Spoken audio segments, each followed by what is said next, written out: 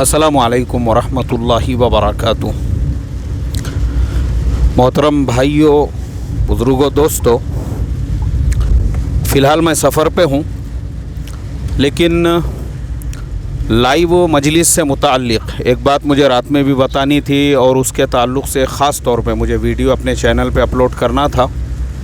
तो मैंने सोचा हूँ चलो अभी ये सफ़र में मुझे वक्त मिला है, इस वक्त को ज़ाये और बर्बाद किए बग़ैर मैं मेरा मैसेज आप तमाम लोगों तक पहुँचा दूँ। देखो, एक चीज़ जो लाइव मजलिस के दरमियान में आप लोगों से रिक्वेस्ट की जाती है वो ये है कि कोई इख्तिलाफ़ी सवाल उसमें ना पूछा जाए, कोई ऐसा सवाल ना पूछा जाए जो किसी मज़हब से ताल्लुक़ हो या किसी मसलक से मुताल्लिक़ हो। बल्कि लाइव मजलिस जो हमने शुरू की है उसका मकसद सिर्फ़ और सिर्फ ये है कि भाई किसी को अपनी ज़ात से मुताल्लिक़ अगर कुछ मसला पूछना है, कोई सवाल पूछना है तो आपका मोस्ट वेलकम है। आप बिल्कुल हमारे से सवाल पूछ सकते हैं, कोई हर्ज नहीं है। लेकिन हो ये रहा है, मैं पिछली कई मजलिसों से इस चीज़ पे गौर कर रहा हूँ कि बाज़ लोग मना करने के बावजूद बार बार मसलकों, फ़िरक़ों, नज़रियात से मुताल्लिक़, अक़ाइद से मुताल्लिक़ ऐसे सवालात पूछते हैं जिसमें हर अक़ीदे के लोग हमारे मजलिस में मौजूद होते हैं। अब हमने अगर किसी दूसरे के अक़ीदे से मुताल्लिक़ बात की तो इसलिए इन तमाम बातों का हमने ख़याल रखना चाहिए। एक चीज़ तो ये है। दूसरी चीज़, शेयर ट्रेडिंग से रिलेटेड सवालात। 182 वीडियोस हमारे चैनल पे ऑलरेडी शेयर ट्रेडिंग से रिलेटेड जो है वो अपलोडेड है। अब इसमें मैं एक चीज़ ये देखता हूँ कि लोग बार बार शेयर मार्केट और शेयर ट्रेडिंग से रिलेटेड सवालात पूछते हैं।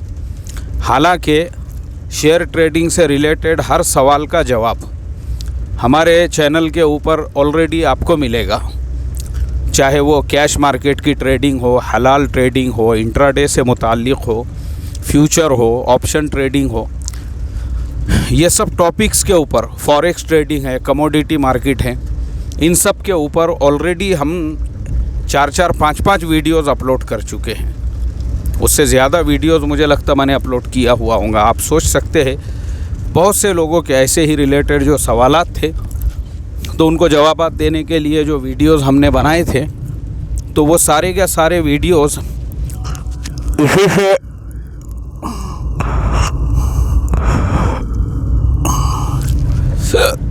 इसी से मुताल्लिक़ हमारे चैनल के ऊपर अवेलेबल है।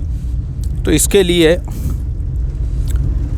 इस शेयर ट्रेडिंग से रिलेटेड जो लोग सवालात पूछने वाले हैं उनसे मेरी रिक्वेस्ट यही रहती है कि देखो, आप शेयर ट्रेडिंग से रिलेटेड कोई भी जो सवाल है वो पहले हमारे इसमें जाके आप चेक कर लीजिए, प्लेलिस्ट के अंदर आपको उसका जवाब मिल जाएगा और आपको सहूलत और आसानी रहेगी। दूसरी चीज़, बहुत सारे लोग वो ये पूछते हैं कि आप हमको कोई शेयर सजेस्ट कर दीजिए ट्रेडिंग के लिए, हम उसके हिसाब से उसमें ट्रेडिंग करेंगे। तो देखो, ये इतना रिस्की मसला होता है, इतना रिस्की कि जो आदमी शेयर मार्केट का चाहे कितना भी बड़े से बड़ा एक्सपर्ट हो, उसका गॉड फादर क्यों नहीं होता हो, वो भी आपको ये सजेस्ट नहीं कर सकता है कि आप इस शेयर में ट्रेडिंग करो या उस शेयर में ट्रेडिंग करो, क्योंकि मार्केट में कब क्या होगा, मार्केट कब माइनस में आएगा, कब प्लस में आएगा, कोई नहीं बोल सकता है। हमने हमारी आंखों से सत्यम कंप्यूटर को एक ही दिन में 90%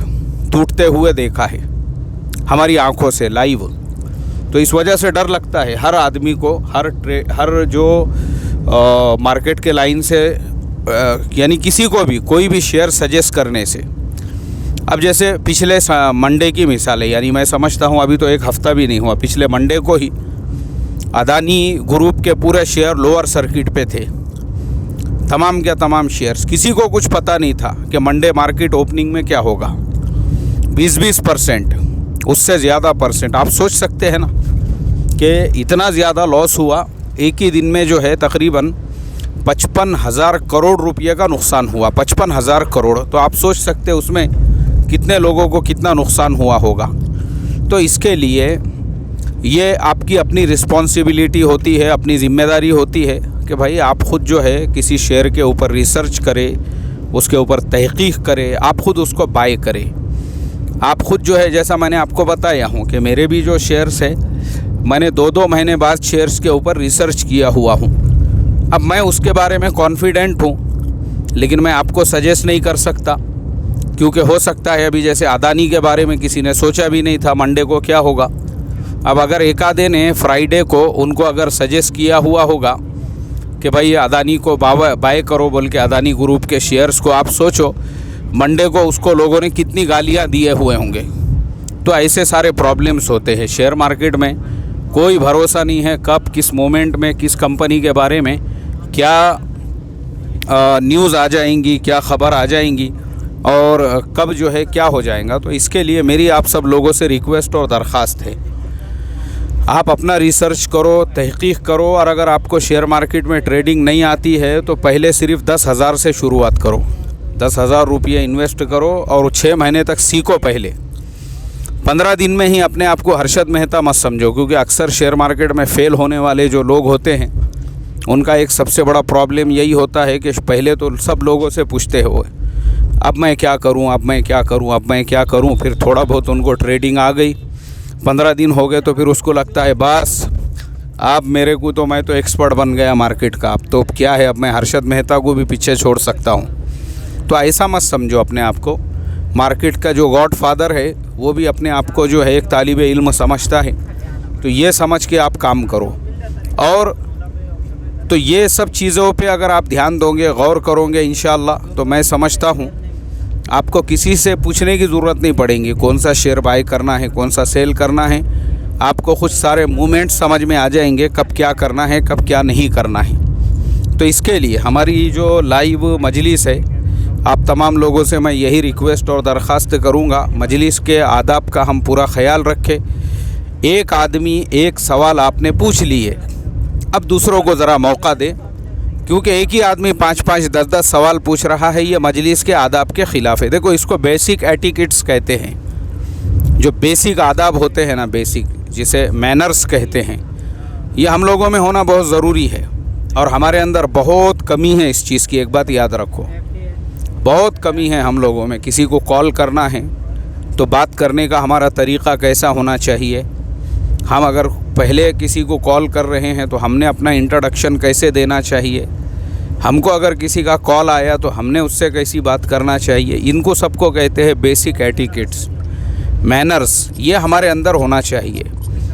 अब ये सब नहीं होने की वजह से बाज़ औक़ात ऐसा होता है, हमारे बहुत सारे नौजवान बड़ी बड़ी कंपनियों के अंदर इंटरव्यू देकर आते हैं और उस कंपनी का जो बैकग्राउंड वेरिफिकेशन होता है, अब वो जो बैकग्राउंड वेरिफिकेशन करने वाले जो लोग होते हैं वो ऐसे होते हैं, बैकग्राउंड वेरिफिकेशन करने वाले जो आपको फ़र्ज़ी कॉल करते हैं। मैं ICICI कंपनी के लोन डिपार्टमेंट से बोल रहा हूँ, सिर्फ़ ये देखने के लिए कि आपका बात करने का लबो लहजा कैसा है। अब आपने अपने अंदाज़ में उससे बातचीत की है, जो स्टाइल है आपका, तो फिर क्या होता है, बाज़ औक़ात रिजेक्शन का रीज़न यही होता है, आपके मार्क्स नहीं देखे जाते हैं, आपका परसेंटेज नहीं देखा जाता है, आपका एक्सपीरियंस नहीं देखा जाता है, बल्कि ये देखा जाता है आपके बैकग्राउंड वेरिफिकेशन में कि आपका जो फ़ोन पे बात करने का तरीक़ा है वो गैर मुहज़्ज़ब है। तो ये सब चीज़ों का हमने ख़याल रखना चाहिए। ये सब चीज़ें जो है ना हमारे कौम के अंदर ख़ास तौर पे,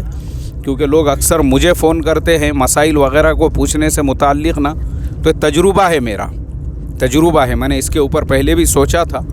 तो जो लाइव मजलिस है उसके भी आदाब होते हैं। मैं बहुत सारी लाइव मजलिस में मैं ख़ुद भी शरीक होता हूँ, जो जैसे हम भी बहुत सारे लोगों को सब्सक्राइब किए हुए हैं, फॉलो करते हैं उन लोगों को, उनकी लाइव मजलिस में मैं रहता हूं, तो मैं देखता हूं उन मजलिसों के अंदर लोग कितने डिसेंट तरीक़े से, मुहज़्ज़ब तरीक़े से सवालात पूछते हैं, बात करते हैं, सारी चीज़ें होती है। अब हमारे यहाँ होता है 10-10 बार बोला जा रहा है, एक आदमी एक सवाल करो, बाद में दूसरों को मौका दो, तो वही आदमी कॉपी पेस्ट करके 20-20 बार वही सवाल पूछ रहा है। अच्छा, अगर किसी का लाइव मजलिस में एक साथ में बहुत से सवालात आते हैं, तो वो आदमी का अगर सवाल रह गया तो वो कॉल कर रहा है और वो ये कर रहा है, हालांकि हमने जो उनके सवाल को हमने जानबूझकर उसको मिस किया, वो सवाल को, इसलिए क्योंकि आपका सवाल हमारे मजलिस से रिलेटेड नहीं है, इररिलेवेंट्स आपका सवाल है। हमने 1000 बार बोला हुआ है कि पर्सनल क्वेश्चंस वहाँ पे ना पूछे जाए और इख्तिलाफ़ी सवाल ना पूछे जाए और जो पॉलिटिकल सवाल है वो ना पूछे जाए। अब हो सकता है आपका उसी से रिलेटेड कोई सवाल होगा जिसको हमने छोड़ दिया है, उसके बाद फिर फ़ोन करके अगर ये कहना कि मेरा सवाल क्यों नहीं लिया गया और मेरे भी सवाल को लिया जाना चाहिए था और मेरे इतने मरतबा मैंने पूछ लिया, तो क्योंकि एक साथ में 10-10, 15-15 लोगों के सवालात होते हैं, तो अब उसमें बहुत सारे सवालात ऐसे होते हैं जो छूट जाते हैं। तो इसका हम थोड़ा सा ख्याल रखें। ये सब बेसिक मैनर्स की चीज़ें हैं, ये बहुत सारी बेसिक बातें हैं जिसकी हमारे अंदर बहुत कमी है। अल्लाह उसको दूर फरमाएं। और हम लोगों को मजलिस के भी आदाब, जैसे मैं आपको एक वाक़या सुनाता हूँ एक अल्लाह वालों का।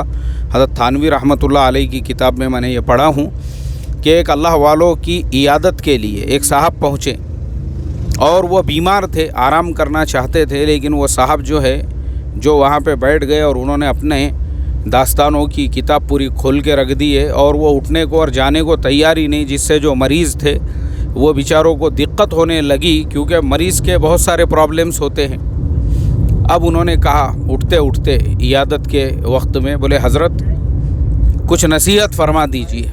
उन्होंने हाथ उठाए और उन्होंने कहा कि ऐ अल्लाह, हम तमाम को इयादत के आदाब सिखला दें। तो ये देखो, इसे कहते हैं बेसिक कि आप किसी मरीज़ को, पेशेंट को मिलने के लिए गए हैं तो आपके अंदर उतनी अंडरस्टैंडिंग होना चाहिए, कितनी देर उसके साथ बैठना चाहिए, कितनी देर, ये भी सब बेसिक चीज़ों में आती है। तो ऐसे ही मजलिस के अंदर भी अगर हम शरीक है लाइव मजलिस में, हमने क्या सवाल, कैसा सवाल पूछना चाहिए, ये हमको पता होना चाहिए।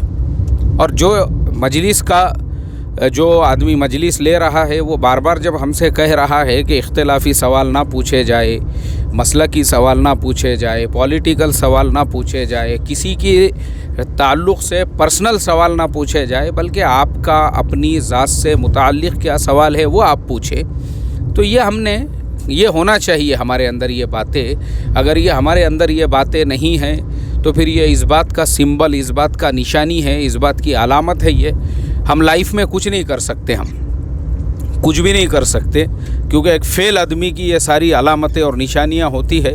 अल्लाह ताला हम तमाम को समझ अता फ़रमाएँ।